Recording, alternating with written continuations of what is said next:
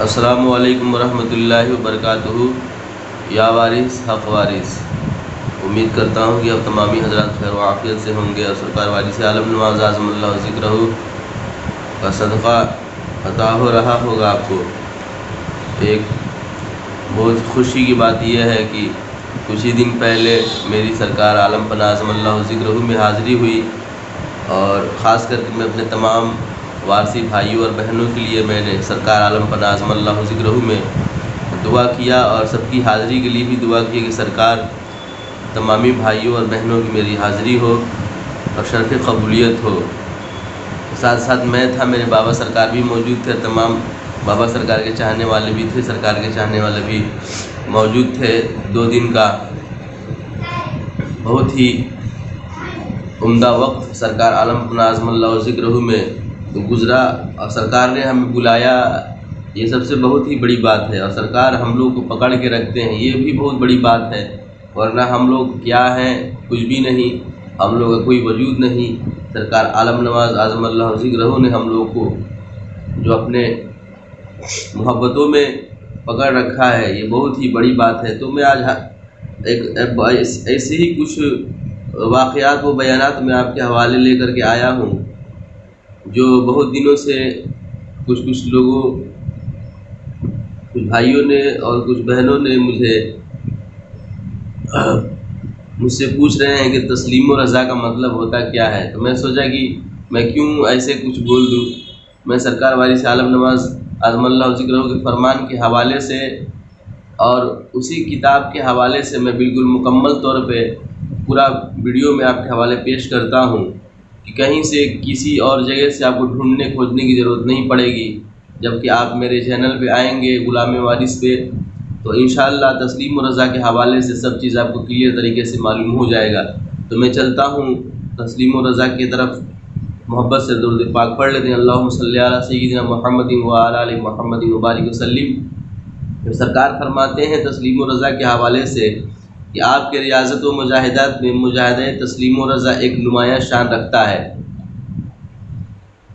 تسلیم و رضا یہ سب کے بس کی بات نہیں ہے، یہاں تک کہ بڑے بڑے ہستیوں سے بھی اس میں مکمل طور پہ عمل پیرا نہیں دیکھا گیا ہے۔ اس لیے کہ تسلیم و رضا سب کے بس کی بات نہیں ہے اور سب کے حوالے بھی نہیں ہے۔ یہ تسلیم و رضا بہت ہی بڑی بات ہے، میں بتاتا ہوں، سنیے گا۔ تسلیم و رضا ایک نمایاں شان رکھتا ہے۔ مسئلہ تسلیم و رضا کو آپ کی ذات محمود صفات سے ایک خاص مناسبت تھی۔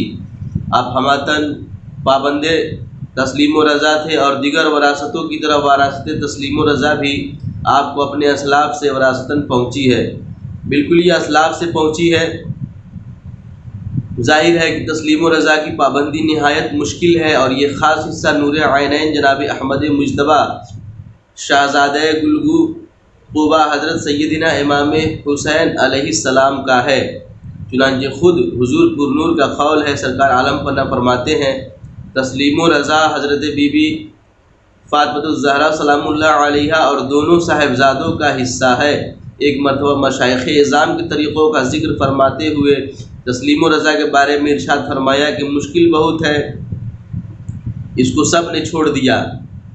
میں بولا تھا کہ بڑی بڑی ہستیوں سے اس پہ مکمل طور پہ عمل پیرا نہیں ہو سکتے ہیں، کہ مشکل بہت ہے، اس کو سب نے چھوڑ دیا۔ یہ بی بی فاطمۃ الزہرا سلام اللہ علیہا سے ہے، تسلیم و رضا انہی سے ہے۔ مشائخ اعظام کے طریقوں کی نسبت فرمایا، اور وہ طریقے انتظامی ہے، اگر انتظام نہ ہو تو سب کھیل بگڑ جائے، سب ایک ہی سے ہو جائے۔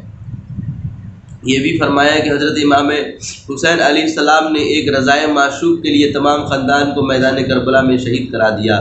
کوئی کیا سمجھ سکتا ہے کہ عاشقی و معشوقی نازک ہے؟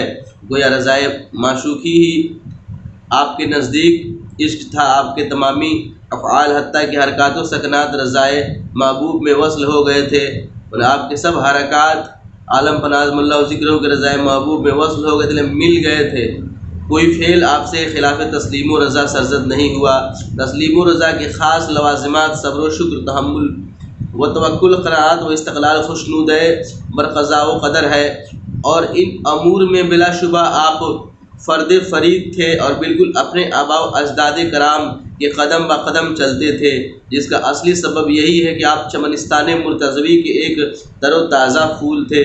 جن بزرگوں کو حضور انور کی صحبت نصیب ہوئی وہ بخوبی واقف ہیں کہ تسلیم و رضا کا مرحلہ طے فرمانے سے آپ سے جس ثابت قدمی کا اظہار ہوا وہ قابل حیرت ہے۔ جس ثابت قدمی سے آپ نے تسلیم و رضا پہ عمل پیرا ہوئے، یہ سب کے بس کی بات نہیں ہے، اس لیے کہ یہ تو کسی اور سے آپ کو مطلب ملا نہیں ہے، وراثت میں ملی ہے تو سیدہ کائنات مولا امام حسن و امام حسین علیہ السلام سے یہ آپ کو ملا ہے۔ تو یہ پنجتن پاک علیہ السلام کا خاص کرم ہے آپ سرکار عالم پناہ پہ، باقی کسی کے بس کی بات نہیں ہے اتنی ثابت قدمی سے تسلیم و رضا پہ عمل پیرا ہونا۔ اس زمانے کے اکثر علماء کرام و مشائخ اعظام کو حضور پر نور کے اوصاف کا تجربہ ہے اور انہوں نے تسلیم کیا ہے کہ ان اوصاف میں آپ کی ذات محمود صفات عدیم المثال تھی۔ چنانچہ مولوی محمد ناظم علی صاحب نائب محتمم مدرسہ عالیہ فرقانیہ لکھنؤ جو ایک ثقاف اور ممتاز بزرگ ہیں، اور حضرت مولانا شاہ فضل الرحمن صاحب نقشبندی مجددی رضی اللہ تعالی عنہ سے شرف بیعت رکھتے ہیں، تحریر فرماتے ہیں کہ حاجی صاحب کی متواتر صحبت اور نیز بزرگان مستند کے اقوال سے جو معلوم و مفہوم ہوا ہے وہ یہ ہے کہ حاجی صاحب اپنے وقت میں فقیر صاحب شکر عدیم المثال اور فقید النظیر سالک مجذوب تھے۔ آپ تفرید و تجرید، توبہ و انابت، ذکر و فکر، توحید و توکل، تسلیم و تحمل، زہد و سخاوت میں فرد زورگار تھے۔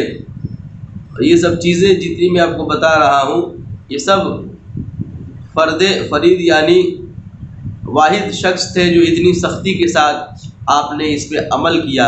ادنا تعریف آپ کی پابند تسلیم و رضا کی یہ ہے، ادنا تعریف چھوٹی تعریف یہ ہے سرکار کی کہ آج کوئی متنفس اس کی شہادت نہیں دے سکتا کہ اس نے حضور انور کی زبان مبارک سے کبھی ایک لفظ شکایت سنا ہو۔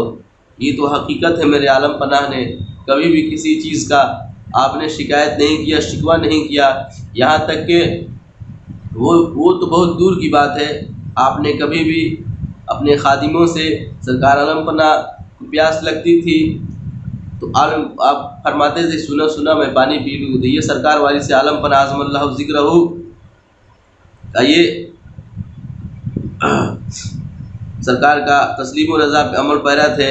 حالت مرض میں کبھی مرض کا نام آپ نے نہیں لیا، نہ طبیب کو حال بتایا، نہ با اعتبار موسم سردی یا گرمی یا برسات کے متعلق کوئی ایسا لفظ زبان مبارک سے نکلا جس سے یہ معلوم ہو کہ سردی یا گرمی کی کمی و بیشی کے متعلق حضور انور کا کیا خیال ہے، تاکہ اس کا انسداد کیا جائے۔ آپ میں ہر ایک تکلیف و راحت کی حالت یکساں دیکھی گئی، جو کچھ راحت و تکلیف خدا کی طرف سے ہو وہ گویا عین مرضی کے مطابق ہے۔ کبھی آپ نے کسی پریشانی یا مصیبت کے احساس کا اظہار نہیں فرمایا، جس سے اس مسئلہ پر کافی روشنی پڑتی ہے کہ آپ کی تمام خواہشات رضائے الہی میں فنا ہو گئی تھی اور آپ کے تمام عادات صفات خداوندی میں مل گئے تھے۔ کوئی ایسی خواہش آپ کے دل میں نہیں تھی، کوئی ایسا چاہت نہیں تھا جو باقی رہے۔ جو عادات تھی، عادات صفات سب خداوندی میں جا کے مل گئے تھے۔ مولوی نادر حسین صاحب عارسی نگرامی وکیل بارابنکی جو ایک سخا بزرگ ہے، تحریر فرماتے ہیں کہ ایک سال خشک سالی کے باعث فصل حریب خشک ہو گئی تھی۔ میں 8 بجے شب کو حضور انور کے پائے مبارک دبا رہا تھا کہ حضور انور نے ارشاد فرمایا، نادر حسین اس وقت ہوا ٹھنڈی چلتی ہے۔ ارشاد فرمایا، نادر حسین اس وقت ہوا ٹھنڈی چلتی ہے۔ میں نے عرض کیا کہ جی ہاں۔ تراب علی شاہ مرحوم نے کہا کہ دادا دن کو ایسی گرم ہوا چلتی ہے کہ تمام فصل حریب بھسم ہو گئی۔ یہ سن کر حضور پر نور نے ارشاد فرمایا، تم کیا جانو معشوق کی دی ہوئی تکلیف کہیں میسر ہوتی ہے؟ فرماتے ہیں کہ کہیں میسر ہوتی ہے۔ اس کے بعد پھر بارش ہوئی اور بقیہ فصل حریف کی پیداوار ہوئی، فصل ربیع بوئی گئی جس میں خوب غلہ پیدا ہوا۔ حضرت حاجی اوگٹ شاہ صاحب عارسی لکھتے ہیں کہ جس زمانے میں دیوا شریف میں تعاون شروع ہوا، لوگ بستی چھوڑ کر باہر چلے گئے۔ جب حضور کو اطلاع ہوئی تھی کہ لوگ بھاگ رہے ہیں تو آپ فرماتے تھے کہ خدا ہر جگہ ہے، بھاگ کر کہاں جائیں گے؟ کیا وہاں خدا نہیں ہے؟ ہر چند ڈاکٹر نے کوشش کی کہ بستی سے باہر آپ کو کوٹھی میں سکونت فرمائے، مگر آپ نے منظور نہیں فرمایا۔ اس قسم کے سدھا واقعات ہیں۔ انتہا یہ کہ بحالت علالت کبھی آپ کی زبان مبارک سے مرض یا تکلیف کا نام نہیں سنا گیا، نہ کراہنے کی آواز سنی گئی، نہ کبھی شدت مرض سے آہ نکلی، حتیٰ کہ مرض الموت میں چند ہندوستان کے بڑے بڑے نامور اتباع و حکماء موجود تھے۔ ان کے حال دریافت کرنے پر آپ کے شکر کے الفاظ زبان مبارک سے ارشاد فرماتے تھے، بہت اچھا ہوں، کبھی مرض کی شکایت نہیں کی۔ یہ جو بہت زیادہ کبھی بارش ہو جاتی ہے، بہت زیادہ کبھی گرمی ہو جاتی ہے تو لوگ پریشان ہو جاتے ہیں، لیکن اس حالات واقعات میں سرکار والی سالم پناہ فرماتے ہیں کہ تم کیا جانو معشوق کی دی ہوئی تکلیف کہیں میسر ہوتی ہے۔ ہم لوگ تو تھوڑی ہی دیر میں پریشان ہو جاتے ہیں، تو آپ نے شکایت کی بھی کبھی شکایت نہیں فرمائی۔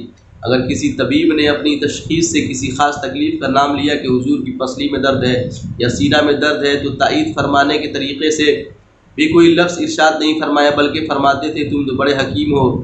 آپ کے واقعات و حالات سے کلی طور پر ثابت ہے کہ آپ کسی تکلیف یا مصیبت کا زبان پر لانا تسلیم و رضا کے خلاف سمجھتے تھے، غرض کے ہر حال میں رضا و تسلیم کے اس سختی سے پابند تھے کہ انسان کو ما فوق العادت کہنے پر مجبور تھا۔ انتہا یہ کہ اگر رضا و تسلیم کے خلاف کوئی بات حضور انور کے سامنے ہوتی تھی تو فوراً جبین مبارک میں چین پڑ جاتی تھی، مگر زبان فیض ترجمان سے کوئی لفظ ارشاد نہیں فرماتے تھے۔ حضور انور کو تسلیم و رضا میں اس قدر انہماک تھا کہ کسی کی زبان سے گلے شکوے قطعی سننا نہیں چاہتے تھے۔ یہ بات بالکل ناگوار خاطر شریف تھی کہ لوگوں کی زبان حرف شکایت سے آلودہ ہو۔ اسی وجہ سے آپ کے حضور میں مصیبت زدہ اہل حاجت عالم سکوت میں رہتے تھے، اور حضور انور اشارات میں ان کے مقاصد کا خاطر خواہ خواب ارشاد فرما دیتے تھے۔ آپ اکثر فرماتے تھے کہ ہماری منزل عشق ہے، اور عشق میں رضائے محبوب کی پوری تعلیم تھی، صرف مہر و وفا کی باتیں سننے کی عادت تھی۔ آپ کا حال وقال ہمیشہ اسی مضمون کو نصب العین رکھتا تھا۔ آپ تکلیف و مصیبت کو عاشق و معشوق کا راز و نیاز فرمایا کرتے تھے۔ کبھی کسی قسم کا کوئی فعل خلاف رضا و تسلیم آپ سے سرزد نہ ہوا۔ ہماتن رضائے محبوب میں فنا تھے، جو افعال سرزد نہیں ہوتے تھے وہ تسلیم و رضا سے مملو ہوتے تھے، اور یہی تعلیم تھی کہ رضا و تسلیم کی پابندی رہے۔ چنانچہ ارشاد فرماتے ہیں کہ جو تم سے محبت کرے اس سے تم محبت کرو، نہ کسی کے حق میں دعا کرو، نہ بد دعا، تم رضا و تسلیم کے پابند ہو۔ اس ارشاد سے ظاہر ہے کہ آپ کس سختی سے رضا و تسلیم کے پابند تھے۔ اگر کسی سے محبت بھی ہو تو وہ اپنے نفس کی خود غرضی پر مبنی نہ ہو، بلکہ خالصۃ للہ ہو، صاف دل ہو، پروردگار عالم کی طرف سے دی ہوئی یہ ایک عطا ہو، اس میں کوئی آپ کا خواہشات نہ ہو، بلکہ نفس کی خود غرضی پر مبنی نہ ہو، بلکہ خالصۃ للہ ہو۔ پیش آپ کی خاص تسلیم یہی ہے، تعلیم یہی ہے کہ جو تعلق ہو وہ بے غرضانہ ہو، اور رضا و تسلیم میں اس قدر انہماک ہو کہ نہ دعا کے لیے ہاتھ اٹھے نہ بد دعا کے لیے، کیونکہ اپنی ذات کو خدا کے حوالے کر دینا اور راحت و مصیبت جو مقدر میں ہو اس کو بے چون و چرا تسلیم کر لینا ہی شان عبودیت ہے۔ اور جس طور پر آپ تسلیم و رضا کو مقدم سمجھتے تھے اس کی صراحت بھی خود ہی فرماتے ہیں۔ تسلیم و رضا جب ہے کہ شر کو بھی خیر سمجھے، اور خیر تو خیر ہی ہے، اور تکلیف کی بھی عاشق و معشوق کا راز و نیاز ہے۔ آپ نے کبھی تکلیف کی شکایت نہیں کی، نہ تکلیف بھی سوچ میں پڑ جاتا ہوگا کہ ہم کہاں آ پہنچے ہیں۔ یہ سرکار عالم پناہ اعظم اللہ ذکرہ ہے۔ میں اپنے ذہن سے سوچ رہا ہوں کہ تکلیف بھی میں نے سوچتا ہوگا میں تو کہاں پہنچ گئے ہیں، تو راز و نیاز ہے۔ چونکہ آپ قافلہ سالار عشق تھے، اور عاشقانہ جذبات میں شکوہ و شکایت بظاہر ہر ایک لازمی بات ہے، اس لیے کس قدر شدومت سے اس کا انسداد فرماتے ہیں، اس راہ میں تکالیف و مصائب کا خیال بھی نہ آئے۔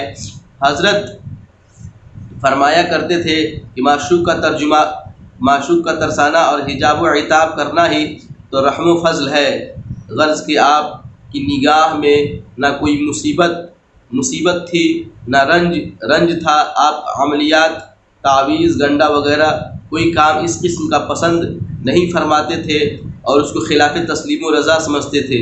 خود تو یہاں تک کہ پابند تھے کہ کبھی کوئی خواہش نہیں فرمائی، اور جو کچھ ظہور میں آیا گویا وہی آپ کی خواہشات پر مبنی تھا۔ آپ نے اپنے آپ کو بالکل رضائے الہی کے حوالے کر دیا تھا۔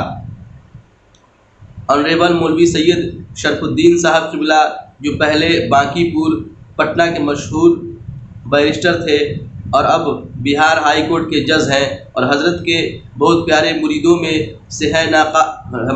سے ہے، ناقل ہے کہ وہ حضرت کے ہمرکاب گورکھپور میں منشی صفدر حسین صاحب جج کے یہاں مقیم تھے کہ ایک دن منشی صاحب ولایت یعنی بدیش کا خط جو ان کے بیٹوں کے پاس سے آیا تھا لیے ہوئے حضور میں حاضر ہوئے اور عرض کیا کہ میرے لڑکوں کا بیرسٹری میں آخری امتحان ہونے والا ہے، اور اس کہنے سے ان کا مقصود یہ تھا کہ حضرت ان کا کامیابی امتحان کے لیے دعا فرمائے، لیکن حضرت نے ایک لفظ نہ کہا اور سکوت فرمایا، خاموش رہے۔ آخر وہ عبیدہ خاطر ہو کر باہر آئے اور مولوی سید شرف الدین صاحب بالخابہ سے کہنے لگے کہ ہمارے حضرت کی عجیب بے نیاز درگاہ ہے، نہ کسی کی التجا قبول ہوتی ہے، نہ کسی کے لیے دعا کی جاتی ہے۔ اتنی بات سننی تھی، سرکار نے خادم کو فوراً باہر بھیجا اور دونوں کو بلوایا۔